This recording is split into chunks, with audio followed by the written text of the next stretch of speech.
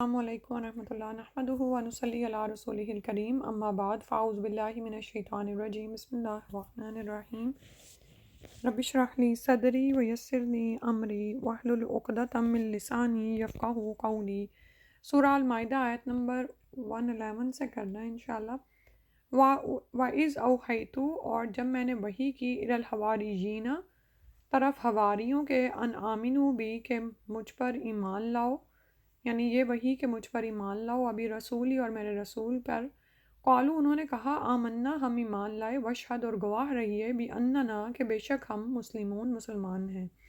اور جب کہ میں نے حواریوں کو حکم دیا کہ تم مجھ پر اور میرے رسول پر ایمان لاؤ، تو انہوں نے کہا ہم ایمان لائے اور آپ شاہد رہیے، یعنی گواہ رہیے کہ ہم پورے فرما بردار ہیں۔ تو حواریوں سے مراد یہاں پر عیسیٰ علیہ السلام کے پیروکار ہیں جو ان پر ایمان لائے اور ان کے ساتھی اور مددگار بنے۔ ان کی تعداد 21 بیان کی جاتی ہے۔ وحی سے مراد یہاں پر وہ وحی نہیں ہے جو بذریعہ فرشتہ انبیاء پر نازل ہوتی تھی، بلکہ یہ وحی الہام ہے جو اللہ تعالیٰ کی طرف سے بعض لوگوں کے دلوں میں کر دی جاتی ہے، ٹھیک ہے۔ جیسے موسیٰ علیہ السلام کی والدہ مریم علیہ السلام کو اسی قسم کا الہام ہوا تھا، جسے قرآن نے وحی سے ہی تعبیر کیا ہے، ٹھیک ہے۔ پھر فرمایا اس قال الحواریون، جب حواریوں نے کہا، یا عیسیٰ ابن مریم، اے عیسیٰ ابن مریم، حل یستطیع ربک، کیا استطاعت رکھتا ہے آپ کا رب، ان ینزلہ، کہ اتارے، علینا، ہم پر، مائدہ، ایک کھانا، من السمائی، آسمان سے، قال اتقوا اللہ، انہوں نے کہا کہ ڈرو اللہ سے، ان کنتم مؤمنین، اگر تم مومن ہو۔ تو وقت یاد کے قابل ہے جب کہ حواریوں نے عرض کیا، عیسیٰ ابن مریم، کہ آپ کا رب ایسا کر سکتا ہے کہ ہم پر آسمان سے ایک خوان نازل فرمائے؟ آپ نے فرمایا اللہ سے ڈرو اگر تم ایمان والے ہو۔ تو دراصل یہ انہوں نے نشانی کے طور پر ایک مانگا تھا۔ مائدہ ایسے برتن یعنی پلیٹ یا ٹرے کو کہتے ہیں جس میں کھانا ہو۔ ہاں، آپ نے صحیح اشارہ کیا ہے، بڑا سا، ٹھیک ہے۔ تو اسی لیے دسترخوان بھی اس کا ترجمہ کر لیا جاتا ہے، کیونکہ اس پہ بھی کھانا چنا جاتا ہے، کیونکہ دسترخوان سے ذہن میں آتا ہے کہ وہ تو بہت بڑا ہوتا ہے نا، ٹھیک ہے۔ تو اسی سے یہ ہے کہ برتن بھی جو تھا وہ ٹرے ٹائپ بڑے والا۔ تو اس صورت کا نام بھی اسی مناسبت سے ہے کہ اس میں اس کا یعنی مائدہ کا ذکر موجود ہے۔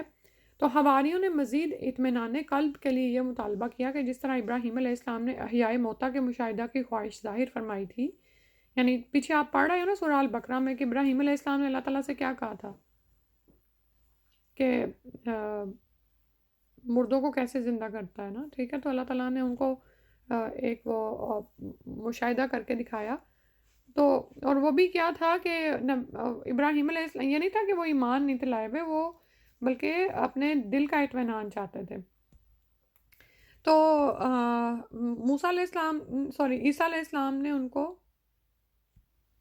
فرمایا کہ یعنی کہ یہ سوال مت کرو، ممکن ہے یہ تمہاری آزمائش کا سبب بن جائے، کیونکہ جب انسان کے یعنی قوموں کے مانگنے پر ان کو معجزہ دکھا دیا جاتا ہے اور پھر بھی وہ ایمان میں کمزوری دکھاتے ہیں، تو پھر وہ بات ان کے لیے عذاب کا باعث بن جاتی ہے۔ تو عیسیٰ علیہ السلام نے انہیں اس مطالبے سے روکا اور انہیں اللہ سے ڈرایا۔ تو یعنی کہ ان کا مطلب یہ تھا کہ اللہ سے ڈرو اگر تم ایمان والے ہو۔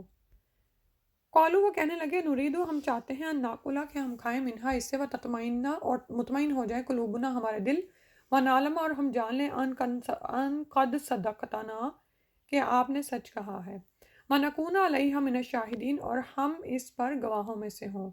تو وہ کہنے لگے کہ ہم یہ چاہتے ہیں کہ ہم اس میں سے کھائیں اور ہمارے دلوں کو پورا اطمینان ہو جائے اور ہمارا یقین اور بڑھ جائے کہ آپ نے ہم سے سچ بولا ہے اور ہم گواہی دینے والوں میں سے ہو جائیں۔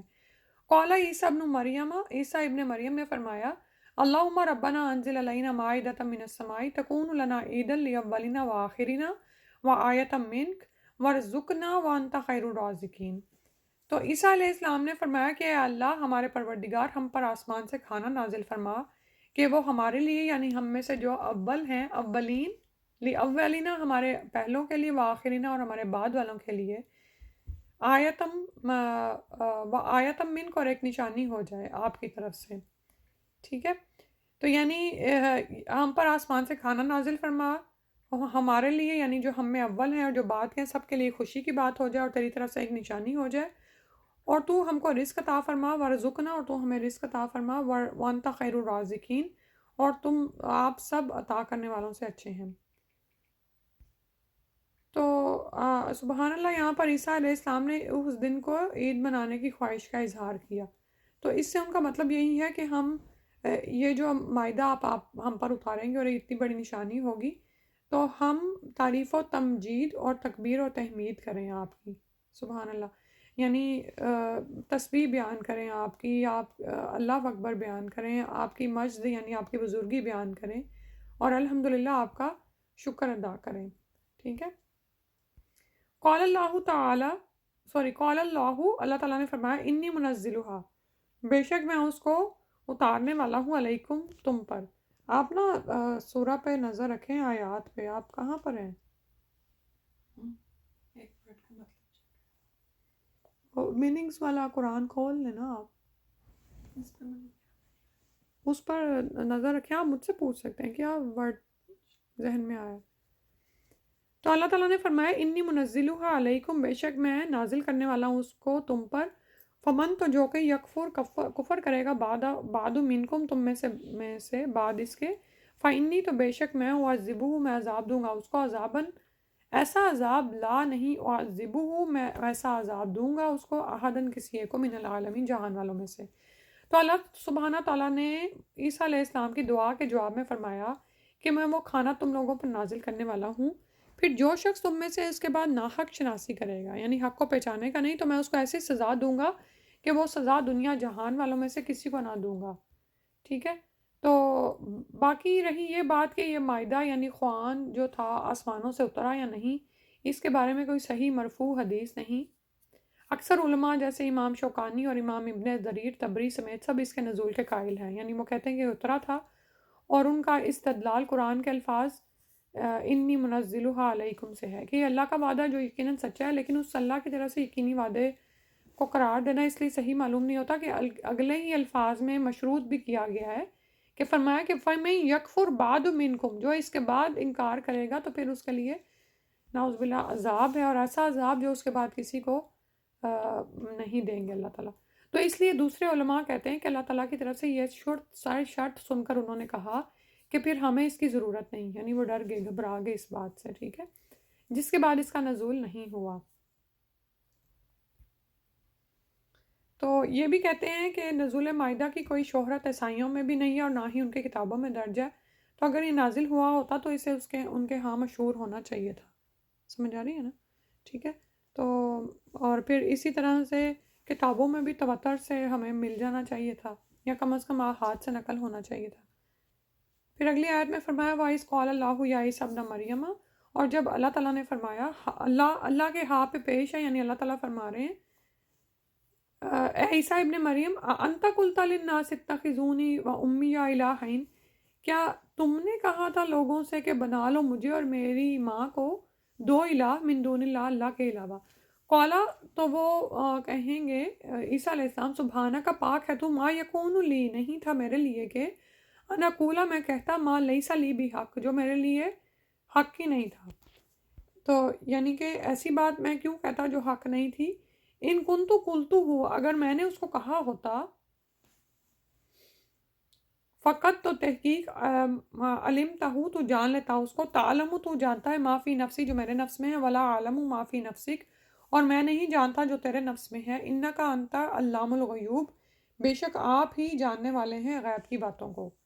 تو وہ وقت بھی قابل ذکر ہے. یعنی اب یہاں پر ایک اور بات کے بارے میں بتایا جا رہا ہے کہ جب اللہ تعالیٰ فرمائیں گے کہ عیسیٰ ابن مریم، کیا تو نے ان لوگوں سے کہہ دیا تھا کہ مجھ کو اور میری ماں کو بھی اللہ کے علاوہ دو معبود قرار دے لو؟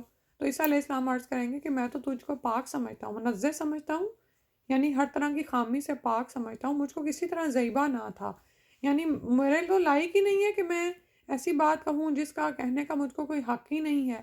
اگر میں نے کہا ہوگا تو تجھ کو اس کا علم ہوگا، اور تو میرے اندر کے دل کے اندر کی بات بھی جانتا ہے، اور میں تیرے نفس میں جو کچھ ہے اس کو نہیں جانتا، تمام غیبوں کے جاننے والا تو ہی ہے رب. تو یہ سوال کس دن ہوگا؟ قیامت والے دن ہوگا. اور مقصد اس سے اللہ کو چھوڑ کر کسی اور کو معبود بنا لینے والوں کی زجر و توبیخ ہے. یعنی اب یہ آپ امیجن کریں کہ اللہ کا دربار لگا ہوا ہے قیامت والے دن، جس میں بادشاہوں کے بادشاہ اللہ سبحانہ تعالیٰ، جن کی قدرت اور عظمت انسان امیجن کرے، وہ ہیں، اور ان کی طرف سے عیسیٰ علیہ السلام سے سوال کیا جا رہا ہے۔ اب عیسیٰ علیہ السلام نے تو ایسا کچھ نہیں کہا تھا کہ اللہ کو چھوڑ کر مجھے اور میری ماں کو الہ بنا لو۔ تو یہ دراصل وہ لوگ جو اللہ کو چھوڑ کر باطل معبودان کی عبادت میں، ان کی پرستش میں پڑے ہوئے ہیں، وہ ان کے لیے ڈانٹ ہوگی، ٹھیک ہے، کہ تم کو جن کو تم معبود اور حاجت روا سمجھتے تھے وہ تو اللہ کی بارگاہ میں جواب دہ ہیں۔ یعنی عیسیٰ علیہ السلام سے سوال کیا جا رہا ہے تو ان کو بتایا جا رہا ہے کہ ان کو تم نے معبود بنایا ہوا تھا، ٹھیک ہے۔ دوسری بات یہ معلوم ہوئی کہ عیسائیوں نے مسیح علیہ السلام کے ساتھ مریم علیہ السلام کو بھی اللہ یعنی معبود بنا لیا تھا۔ تو تیسری بات یہ معلوم ہوئی کہ من دون اللہ کے سوا معبود وہی نہیں ہے جنہیں مشرکین پتھر یا لکڑی کی مورتیوں کی شکل میں بنا کر ان کی پوجا کرتے ہیں، بلکہ جس طرح بھی کسی کی عبادت کی جائے علاوہ اللہ کے کسی بھی انداز سے کی جائے، جیسے مریم علیہ السلام اور عیسیٰ علیہ السلام کی عیسائیوں نے کی، تو وہ بھی پھر باطل معبودان یہاں پر کہا گیا کہ نعوذ باللہ اللہ کو چھوڑ کر تم نے انسانوں کو اپنا الہ بنا لیا۔ خواہ وہ انبیاء ہیں اور ان کی والدہ ہیں، لیکن ان کو تم اللہ کے درجے پر لے آؤ، نعوذ باللہ من ذالک۔ تو اسی لیے عیسیٰ علیہ السلام بھی فوراً دیکھیں کیسے فرمائیں گے، سبحانکا، یعنی پاک ہے تو یا رب، میرے لیے کیسے یہ مجھے ذیبہ نہیں تھا کہ میں یہ کرتا اور ایسی بات کہتا جس کا مجھے کوئی حق ہی نہیں تھا۔ اور پھر یہ کہ وہ اپنی برات بھی ظاہر کر دیں گے کہ اگر ایسے میں نے کہا بھی ہوتا تو آپ کے تو علم میں ہوگا، اور تو میرے اندر کی بات بھی جانتا ہے، اور میرے نفس میں اور جو تیرے نفس میں وہ میں نہیں جانتا، ٹھیک ہے، اور تمام غیبوں کے جاننے والا تو اللہ ہی ہے۔ اس سے بھی پتہ چلتا ہے کہ انبیاء کے پاس غیب کا کوئی علم نہیں ہوتا، ٹھیک ہے۔ ما قلت لہم الا ما امرتنی بہ، نہیں میں نے کہا تھا ان کو مگر وہی جو تو نے مجھ کو حکم دیا، ان عبد اللہ، کہ اللہ کی عبادت کرو، امرتنی، تو نے حکم دیا مجھ کو، بھی ساتھ اس کے، ان کے، عبدو، عبادت کرو اللہ، اللہ کی، ربی جو رب ہے میرا، و ربکم، اور تمہارا رب ہے، وکنت علیہم شہیدن، اور آپ ہی تھے ان پر گواہ، ما دمت فیہم، جب تک کہ میں رہا ان میں، فلما توفیتنی، پھر جب تو نے مجھ کو فوت کر لیا، کنتا انت رقیبا، تو تھا تو ہی نگران، علیہم ان پر، وانت علی کل شیء شہید، اور تو ہر چیز پر یعنی تو ہر چیز پر گواہ ہے۔ تو عیسیٰ علیہ السلام فرمائیں گے کہ میں نے تو ان سے اور کچھ نہیں کہا مگر صرف وہی جو تو نے مجھ سے کہنے کو فرمایا تھا کہ تم اللہ کی بندگی اختیار کرو جو میرا بھی رب ہے اور تمہارا بھی رب ہے۔ میں ان پر گواہ رہا جب تک میں ان میں رہا، پھر جب تو نے مجھ کو اٹھا لیا تو ہی ان پر مطلع رہا، یعنی تجھے ہی ان کی خبر ہے، اطلاع ہے، اور تو ہر چیز کی پوری خبر رکھتا ہے۔ تو عیسیٰ علیہ السلام نے توحید اور عبادت رب کی یہ دعوت دودھ پینے والی عمر میں بھی دی تھی، ٹھیک ہے، عالم شیر خوارگی میں بھی دی جیسا سورہ مریم میں آتا ہے، اور پھر جوانی اور کہولت میں بھی، ٹھیک ہے۔ تو اور پھر انہوں نے فرمایا کہ توفیتنی، یعنی جب تو نے مجھے دنیا سے اٹھا لیا تو اس کے بعد تو مجھے نہیں علم ہے۔ تو اس سے پتہ چلتا ہے کہ پیغمبروں کو بھی اتنا ہی علم ہوتا ہے جتنا اللہ تعالیٰ کی طرف سے انہیں عطا کیا جاتا ہے، یا جن کا مشاہدہ وہ اپنی زندگی میں اپنی آنکھوں سے کرتے ہیں، اس کے علاوہ ان کو کسی بات کا علم نہیں ہوتا۔ تو عالم الغیب تو وہ ہوتا ہے جسے بغیر کسی کے بتلائے ہر چیز کا علم ہو جائے، اور اس کا علم ازل سے ابد تک محیط ہے۔ یعنی اگر انبیاء آپ کو وحی کے ذریعے کچھ بتاتے بھی ہیں تو وہ غیب کا علم ان کے پاس اللہ کی طرف سے ہی آتا ہے، ٹھیک ہے۔ عالم الغیب کون ہے؟ جو غیب کو جاننے والا، وہ ہے جس کے پاس خود علم ہے اور اسے کسی کے بتانے کی ضرورت نہیں ہے، ٹھیک ہے۔ اور اللہ سبحانہ وتعالیٰ کا علم ازل سے لے کر ابد تک محیط ہے، چھایا ہوا ہے ہر چیز پر، ٹھیک ہے۔ اور یہ صفت علم اللہ کے علاوہ کسی کے اندر نہیں۔ تو عالم الغیب صرف اللہ کی ذات ہے، اس کے علاوہ کوئی عالم الغیب نہیں۔ اسی طرح یہاں پر حدیث جو ہے رسول صلی اللہ علیہ وسلم کے بارے میں ایک آ رہی ہے کہ میدان محشر میں نبی صلی اللہ علیہ وسلم کی طرف آپ کے کچھ امتی آنے لگیں گے تو فرشتے ان کو پکڑ کر دوسری طرف لے جائیں گے. آپ صلی اللہ علیہ وسلم فرمائیں گے ان کو آنے دو، یہ تو میرے امتی ہیں. فرشتے آ کر بتلائیں گے انکا لا تدری ما احدثوا بعدک، یعنی اے محمد صلی اللہ علیہ وسلم آپ نہیں جانتے کہ آپ صلی اللہ علیہ وسلم کے بعد انہوں نے دین میں کیا نئی نئی باتیں یعنی بدعات ایجاد کی. جب آپ صلی اللہ علیہ وسلم یہ سنیں گے تو آپ صلی اللہ علیہ وسلم نے فرمایا میں بھی اس وقت یہی کہوں گا جو العبد الصالح یعنی عیسیٰ علیہ السلام نے کہا، وَكُنْتُ عَلَيْهِمْ شَهِيدًا مَا دُمْتُ فِيهِمْ فَلَمَّا تَوَفَّيْتَنِي كُنْتَ أَنْتَ الرَّقِيبُ عَلَيْهِمْ. صحیح بخاری صحیح مسلم یہ حدیث آئی ہے. پھر فرمایا ان تعذبہم، اگر تو ان کو عذاب دے فإنہم عبادک. اب یہ عیسیٰ علیہ السلام کیا کہہ رہے ہیں کہ یا اللہ اگر تو ان کو سزا دے تو یہ تیرے بندے ہیں، بے شک وہ تیرے بندے ہیں. وَإِن تَغْفِرْ لَهُمْ، اور اگر تو ان کو بخش دے فَإِنَّكَ أَنْتَ الْعَزِيزُ الْحَكِيمُ، تو زبردست ہے، تو پکڑ سکتا ہے، حکمت والا ہے، تجھے ہی علم ہے. یعنی اے اللہ ان کا معاملہ تیری مشیت کے سپرد ہے، تو فعال لما یرید ہے، یعنی کہ جو تو چاہتا ہے وہ کر سکتا ہے اور تجھ سے کوئی باز پرس کرنے والا نہیں ہے. جیسے آتا ہے نا لا یسأل عما یفعل وہم یسألون، کہ اللہ تعالیٰ جو کچھ کرتا ہے اس سے باز پرس نہیں ہوگی، لوگوں سے ان کے کاموں کی باز پرس ہوگی. تو اس آیت میں بھی اللہ کے سامنے بندوں کی عاجزی اور بے بسی کا اظہار ہے، اور اللہ تعالیٰ کی عظمت اور جلالت اور اس کے قادر مطلق یعنی ایبسولوٹ اس کی قدرت ہے، اور مختار کل یعنی ہر طرح کی کا اختیار اللہ سبحانہ تعالیٰ کا ہے، اس کا بیان ہے. ٹھیک ہے. اور ان دونوں باتوں کے حوالے سے عفو و مغفرت کی التجا بھی سبحان اللہ یعنی عجیب بلیغ آیت ہے. تو اسی لیے حدیث میں آتا ہے کہ ایک رات نبی صلی اللہ علیہ وسلم پر نوافل میں اس آیت کو پڑھتے ہوئے ایسی کیفیت طاری ہوئی کہ بار بار ہر رکعت میں اسے ہی پڑھتے رہے حتیٰ کہ صبح ہو گئی. کتنی خوبصورت آیت ہے کہ اللہ کے آگے عاجزی کا بھی اظہار ہے. ٹھیک ہے کہ یا اللہ اگر تو عذاب دے ان کو تو تیرے بندے ہیں، اور اگر تو بخش دے ان کو تو بے شک تو زبردست حکمت والا ہے. سبحان اللہ. قال اللہ، اللہ تعالیٰ نے فرمایا، اللہ تعالیٰ فرمائے گا یعنی اس دن، ھذا یوم، یہ وہ دن ہے، ینفع فائدہ دے گا صادقین سچوں کو، صدقہم ان کا سچ، لہم ان کے لیے جنات باغات ہیں، تجری من تحتها الانہار، ایسے جن کے نیچے بہتی ہیں نہریں، خالدین فیہا ابدا، وہ اس میں ہمیشہ رہنے والے ہیں. رضی اللہ عنہم ورضوا عنہ، وہ راضی یعنی اللہ راضی ہو گیا ان سے اور وہ راضی ہو گیا اللہ سے یعنی اس سے. ذالک الفوز العظیم، یہی ہے بڑی کامیابی. تو اللہ تعالیٰ ارشاد فرمائے گا یہ وہ دن ہے کہ جو لوگ سچے تھے ان کا سچا ہونا ان کے کام آئے گا. ان کو ایسے باغات ملیں گے جن کے نیچے نہریں جاری ہوں گی، جن میں وہ ہمیشہ ہمیشہ رہیں گے. اللہ تعالیٰ ان سے راضی خوش، اور یہ اللہ سے راضی اور خوش ہیں. یہ بڑی بھاری کامیابی ہے. تو ابن عباس نے اس کے یہ معنی بیان فرمائے ہیں کہ وہ دن ایسا ہوگا یعنی قیامت کا دن کہ صرف توحید ہی موحدین کو نفع پہنچائے گی، سچ. ٹھیک ہے. اور یعنی مشرکین کی معافی اور مغفرت کی کوئی صورت نہیں ہوگی، کیونکہ توحید کیا ہے؟ دنیا کا سب سے بڑا سچ ہے. تو جو اس کا انکار کر دے گا اس کی پھر وہاں اس دن کیا نجات ہے. ٹھیک ہے. تو انسان حق کو پکڑ لے، اس پر قائم ہو جائے، سچوں کے ساتھ ہو جائے، ثابت قدم ہو جائے.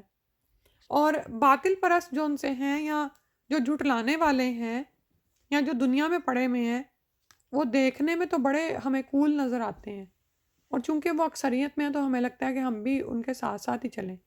ٹھیک ہے. جس آن دا ود دا فلو جو لوگ یعنی لوگ کر رہے ہوتے ہیں نا وہ ہمارے لیے آسان ہو جاتا ہے، لیکن جو حق ہے نا وہ آپ کو نفع دینے والا ہے، اور اس کی پیروی کرنے والے کام ہی آپ کو شاید نظر آئیں، اس پر استقامت اختیار کرنے والے کام نظر آئیں گے، قربانی کے درجے پر سچائی پر قائم ہونے والے آپ کو کام نظر آئیں گے. ٹھیک ہے.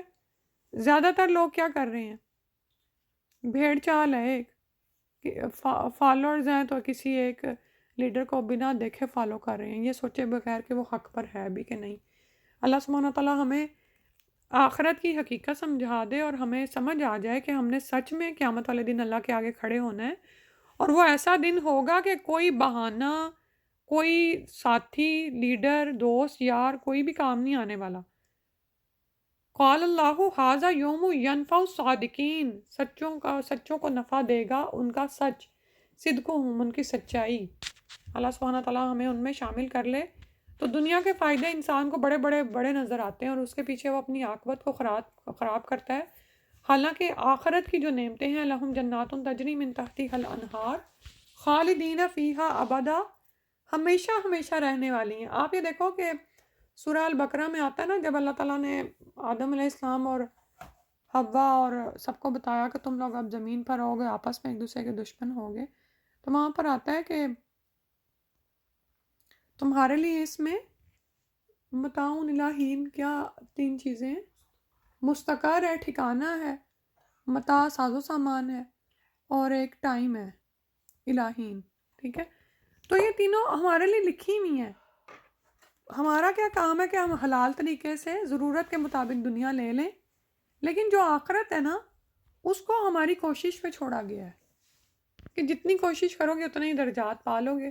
لیکن دنیا میں انسان دنیاوی مفادات، دنیاوی لالچ کے پیچھے اتنا اندھا ہو جاتا ہے کہ اس کو لگتا ہے کہ میں بس دنیا ہی کماتا رہوں، آخرت بیچاری بگڑتی ہے، بگڑے کہیں جاتی ہے، چاہے مجھے جھوٹ بولنا پڑے، بس مجھے دنیا حاصل ہو جانا، نعوذ باللہ من ذالک۔ تو اللہ تعالیٰ ہمیں یہ سمجھا دیں کہ اس دن سچوں کو ان کا سچ کام آئے گا، رضی اللہ عنہم، اللہ تعالیٰ ان سے راضی ہو جائے گا اور وہ اللہ سے راضی ہو گئے، اور یہی بڑی کامیابی، یہ اصل کامیابی ہے جس کے لیے ہمیں کوشش کرنی چاہیے۔ اللہ سبحانہ تعالیٰ ہمیں یہ عطا کر دیں۔ کتنی آیات رہ گئی ہیں؟ ایک آیت۔ للہ ملک السماوات والارض وما فیہن، اللہ ہی کے لیے ہے بادشاہت آسمانوں کی، والارض اور زمین کی، وما فیہن اور جو کچھ ان دونوں میں ہے، وہو علی کل شیء قدیر اور وہ اوپر ہر چیز کے خوب قدرت رکھتا ہے۔ تو یعنی بادشاہت تو ساری آسمانوں اور زمین کی اللہ ہی کی ہے، ٹھیک ہے؟ آپ یہ دیکھیں کہ دنیا میں ہمیں اس بات کا بھی یقین نہیں آتا، ہم کس طرح اللہ پر توکل کرنے کے بجائے، اللہ سے مانگنے کے بجائے لوگوں کے در کے سوالی بنے رہتے ہیں، ان سے مانگتے رہتے ہیں، ان سے توقعات وابستہ کرتے ہیں، حالانکہ بادشاہت تو ساری آسمانوں زمین کے اللہ کی ہے۔ وہ اگر نہ چاہیں تو ہمارے ہاتھ میں کچھ بھی نہیں ہے، ٹھیک ہے؟ وہ جو دعا ہم پڑھتے ہیں نا ہر نماز کے بعد، اللہم لا مانع لما اعطیت ولا معطی لما منعت ولا ینفع ذا الجد منک الجد، کسی مال والے کو، جد والے کو فائدہ نہیں دے سکتا کچھ بھی اللہ کے سامنے، اللہ کے علاوہ، ٹھیک ہے؟